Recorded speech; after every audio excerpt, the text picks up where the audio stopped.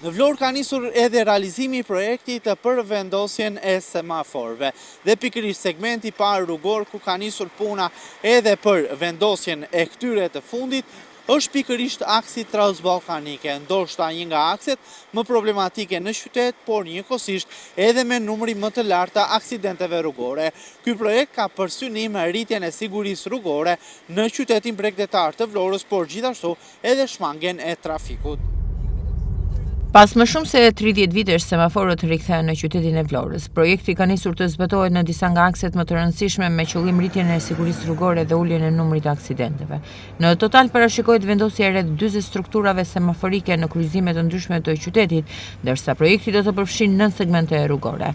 Punimet kanë nisur nga aksi transballkanike, një nga rrugët më problematike dhe me qarkullimin më të dendur në Vlorë.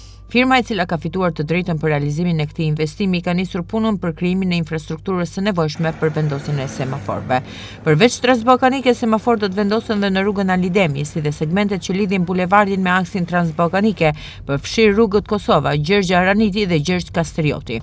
Projekti pritet të përfundojë brenda 30 ditëve dhe synon të lehtësojë qarkullimin e automjeteve, të shmang trafikun dhe të rrisë ndërgjegjësimin e këmbësorëve për respektimin e rregullave të qarkullimit. Rikthimi i semaforëve pas 3 dekadash konsiderohet një ndërhyrje e rëndësishme për një qytet që po përballet çdo vit me rritje të ndjeshme të trafikut, veçanërisht gjatë sezonit turistik.